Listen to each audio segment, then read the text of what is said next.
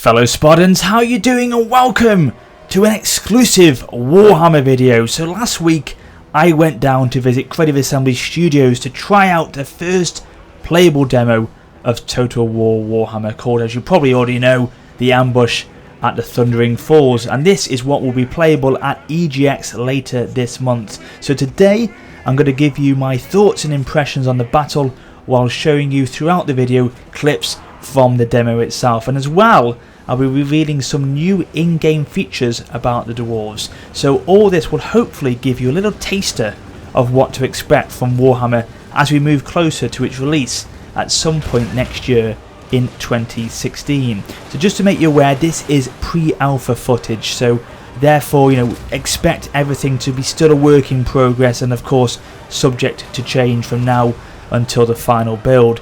Okay, so let me give you a little bit of a background to the Dwarves, the actual battle itself, and how we got to this point. So before we started playing, we were given a brief synopsis of the Dwarves, and we were told that they are severely on the decline as a race, and their enemies are sensing this vulnerability within them.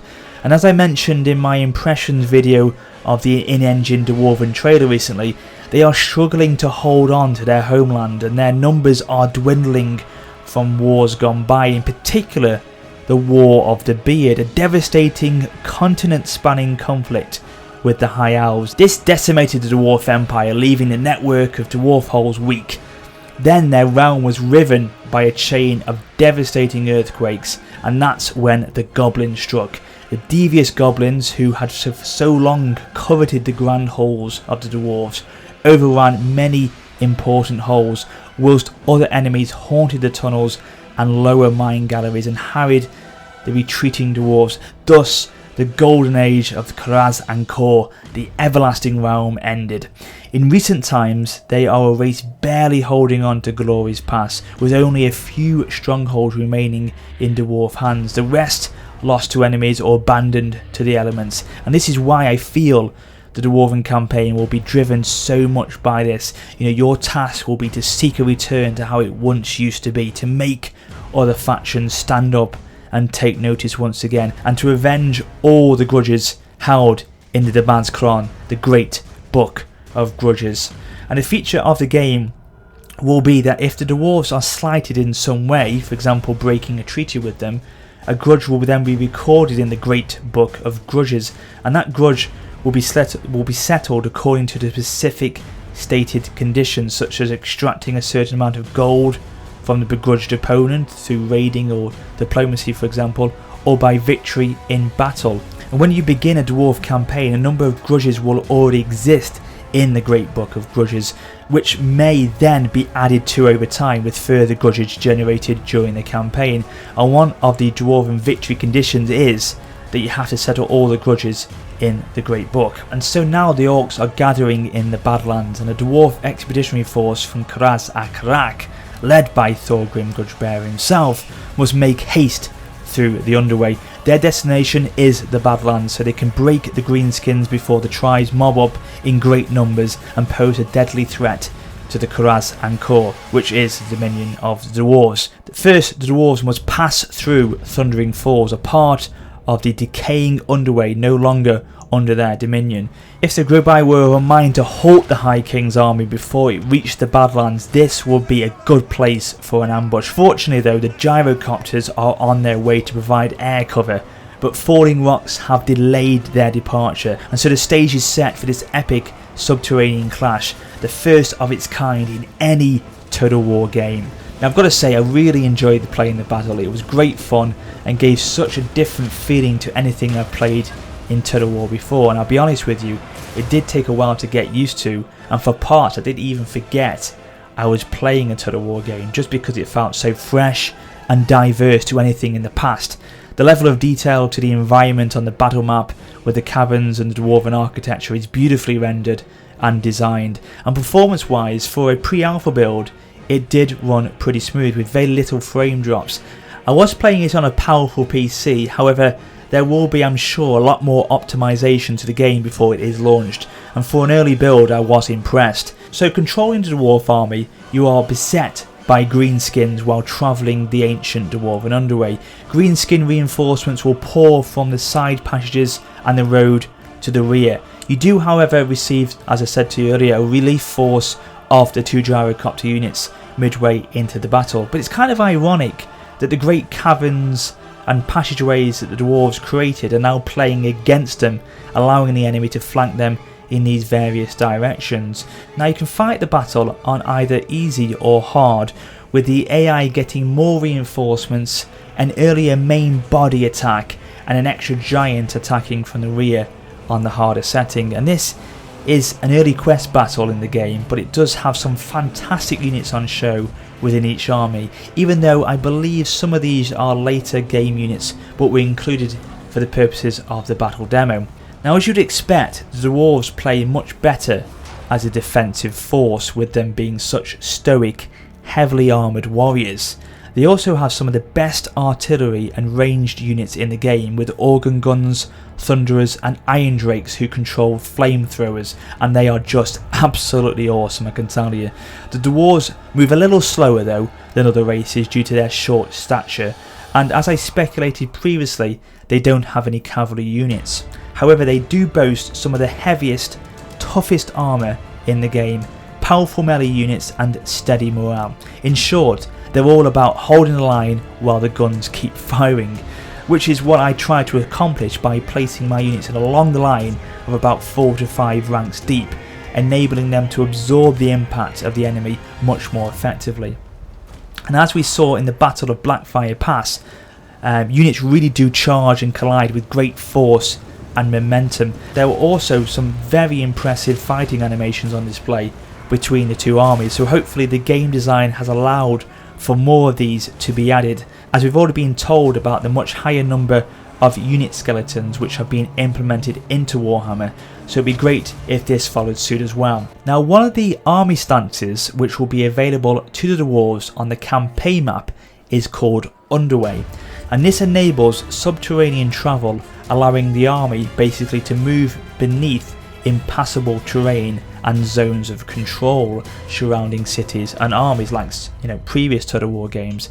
Certain dwarven units such as miners get combat bonuses for fighting subterranean battles. In the turn, an army enters or exits tunnelling stance, and it may be intercepted by an opposing army, which will kick off an interception battle.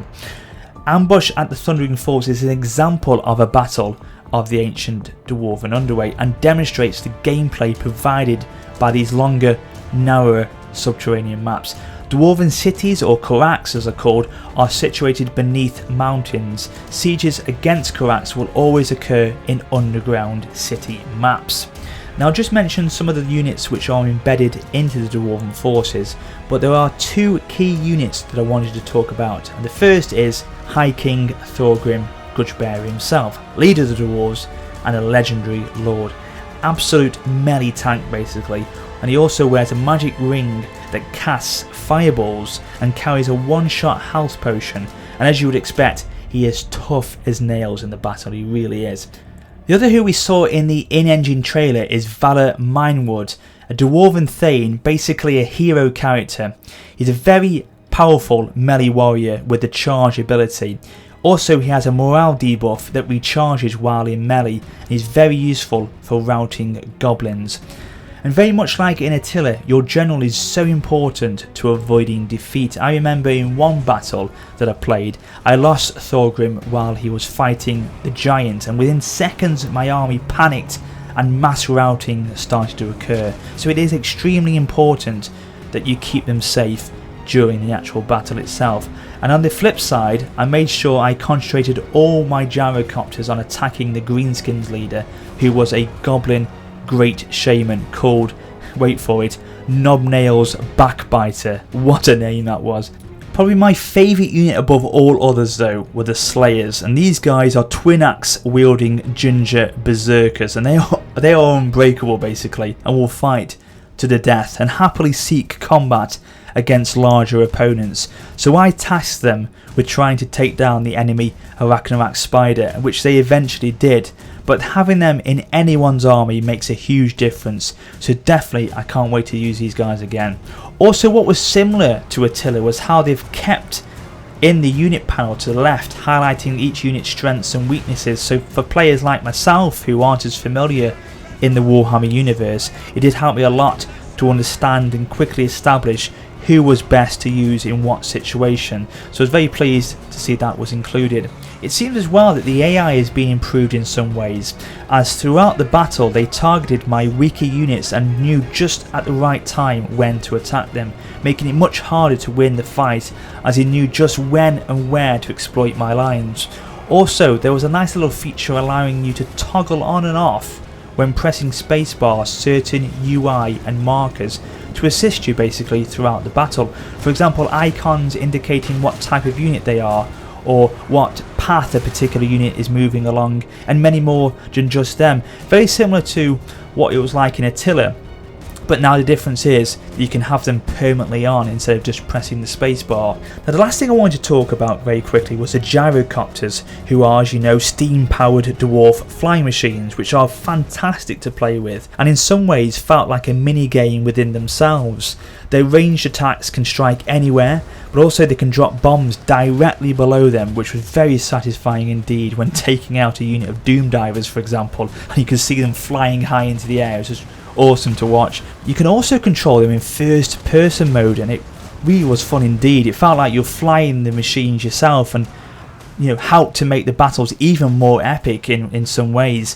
But there you have it, guys. I hope this has given you a nice taster of what to expect, and I really do implore, if you are going to EGX, to have a go of this battle for yourself, because me explaining it like this can only go so far. The best way to experience the scale of this is to play it for yourself. But I'm very impressed with the battle, and for pre-alpha it has set a very good foundation for what Total War Warhammer's final product will hopefully be like. Of course, much work to be done, I'm sure, and I eagerly await what is coming next. But I do feel safe in the knowledge that Creative Assembly are having a real good go in trying to make this the most successful and most out there title in Total War history, and will surely set the precedence for future titles in the series. And as always, I'd love to hear your thoughts from what you've seen, so do leave your comments below. But this definitely has reaffirmed my desire to play as the Dwarves in a Let's Play series when the game launches, to restore glory